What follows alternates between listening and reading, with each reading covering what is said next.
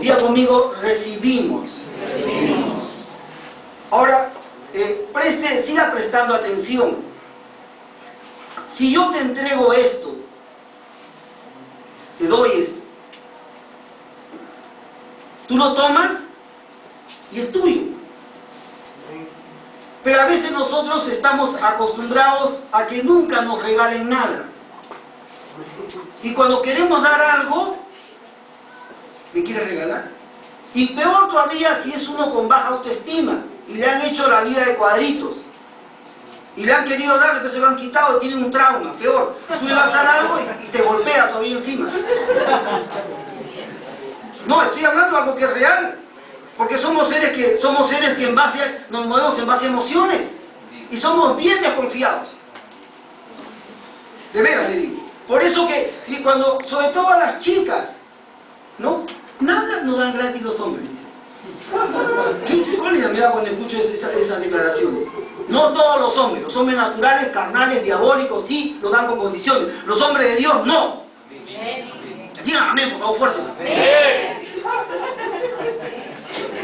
Peor cuando dicen, todos los hombres son iguales. ¿Cuáles hombres? Los hombres carnales, mundanos, naturales y diabólicos. Esos son todos, a eso meten al mismo saco. Y al infierno abajo. Pero los hombres de Dios no. Respetamos a las mujeres, amamos a las mujeres. Como vaso frágil. ¿Ven o no ven? Ahora, el hombre natural, bueno, está natural, se ha convertido, téngale paciencia al Pancho, que es hermano. ¿Qué cosa quiere usted? Que ya un día esa semilla ya creció, ni que fuese Jack y el cazador de gigantes. Hermano, ya no tiene la fantasía, ¿no? Que viene el príncipe azul montado en un caballo blanco, ¿no? Entonces, va a haber un proceso todavía. Por eso estamos explicando, recibimos la gracia. Hay que saber recibir. Hay un proceso en nosotros. Yo tengo 30 años, en julio, a fines de julio cumplo 30 años, de haber rendido mi vida a Jesucristo. Es un proceso. Es un proceso. No espere grandes resultados todavía si no hay un proceso. Y hay gente que tiene 50 años que no cambia, Dios mío. Es el peor todavía. Entonces es un proceso. Pero estamos en una iglesia con visión. Acá no solamente estamos hablando de dones, de unción, de prosperidad, acá hablamos de cambio. Acá hablamos de santidad, acá hablamos de fruto del Espíritu. Acá hablamos de propósito. Hay una enorme promesa de Dios en caja de agua. O sea, lo que hay que entender, pues hablamos de recibir, de lo que recibimos, pero no sabemos recibir. Ese es el problema de nosotros, porque Dios nos está entregando la gracia y no sabemos recibir esa gracia. Pero tenemos que aprender lo que es recibir, cómo recibir. Y se recibe por medio de la fe. Cuando se habla de la fe toma posesión de algo.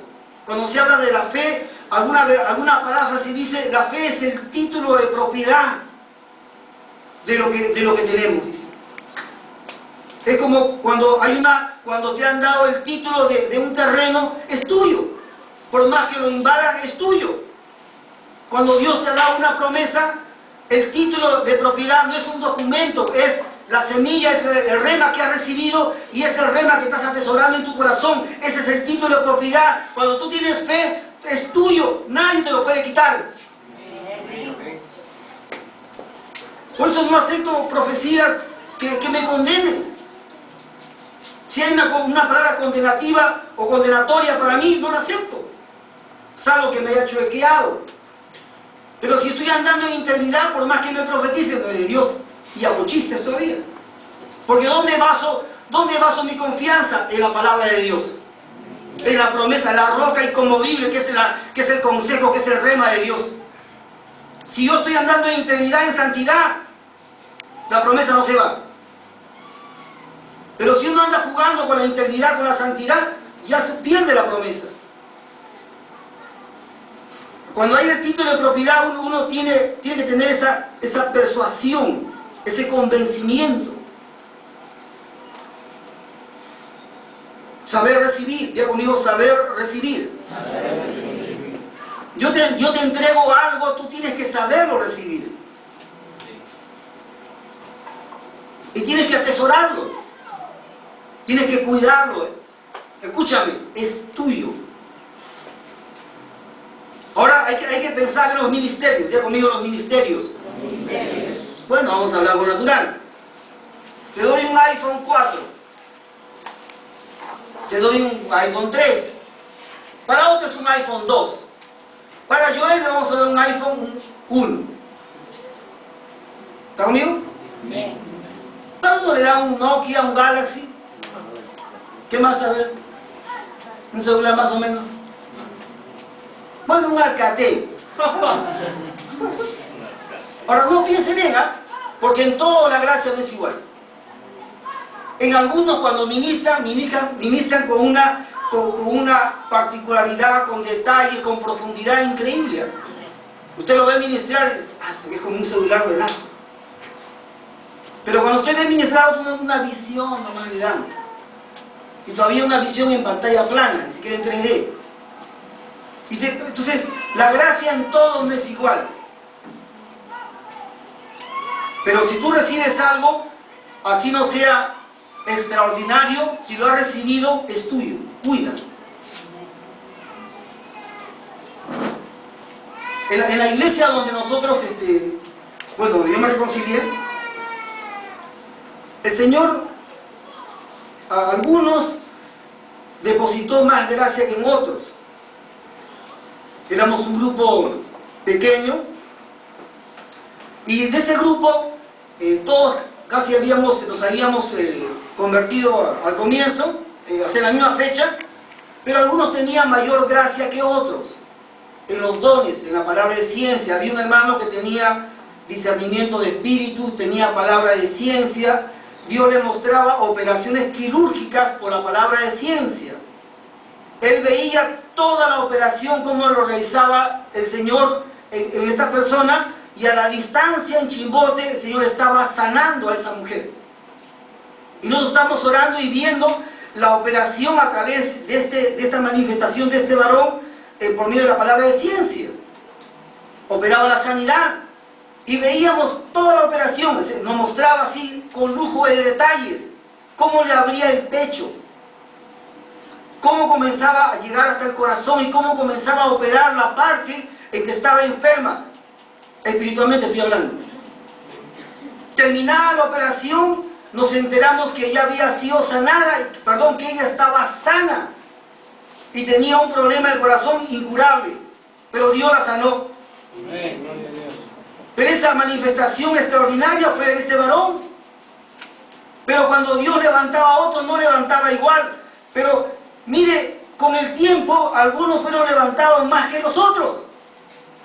Porque ese es el asunto. Cuando Dios da como le parece. Y a veces Dios está probando a los que le da poco, para ver cómo reaccionan.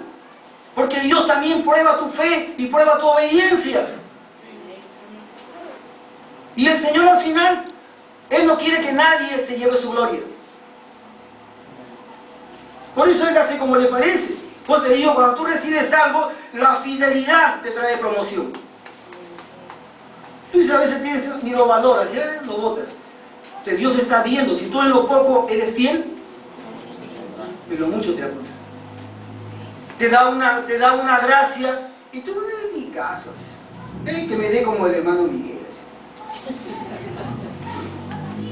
Así la profecía, así como Miguel. O que no use la imposición de mano como la cosa, terrible la cosa, por eso una misión cae. Sí, no.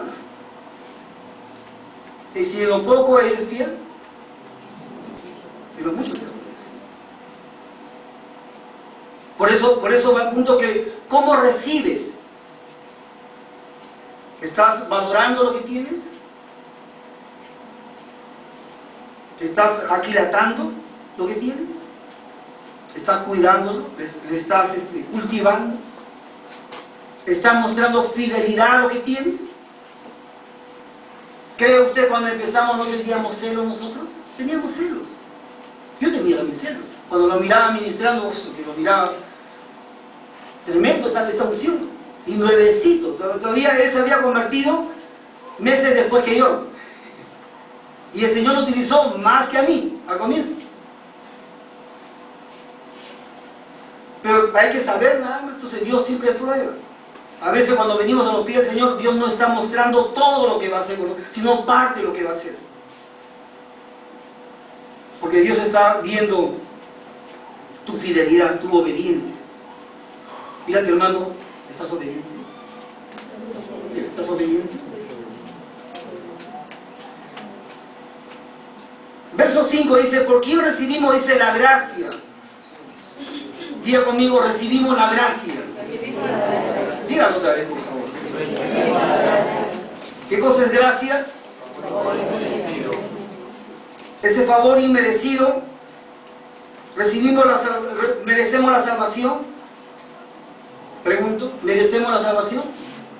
¿Merecemos ser salvos? No. ¿Por qué hemos recibido la salvación? Porque alguien ha pagado un precio. ¿Quién? ¿Cómo se llama? Por eso recibimos la gracia. ¿Qué gracia? Favor que no merecemos. La salvación, nadie merece la salvación. Nadie merece la salvación por obras. Merecemos la salvación por medio de la fe, por la obra que Él ha hecho, en morir en la cruz por nosotros. Y por medio de esa obra, Él nos ha entregado gracia, para que ya no vivamos en el pecado, para que no vivamos esclavos del pecado, para que ya no vivamos naturalmente, sino hemos recibido gracia, no solamente para ser salvos, sino para vivir una vida sobrenatural.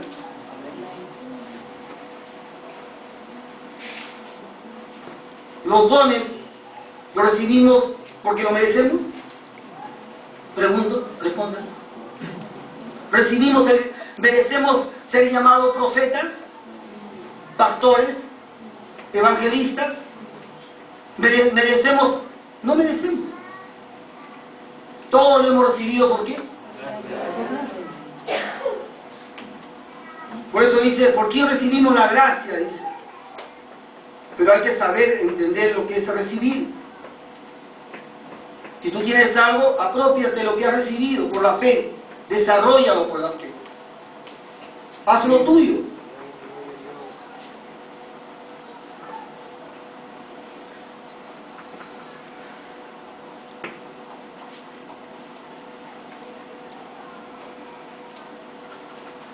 Dice, para la obediencia a la fe en todas las naciones.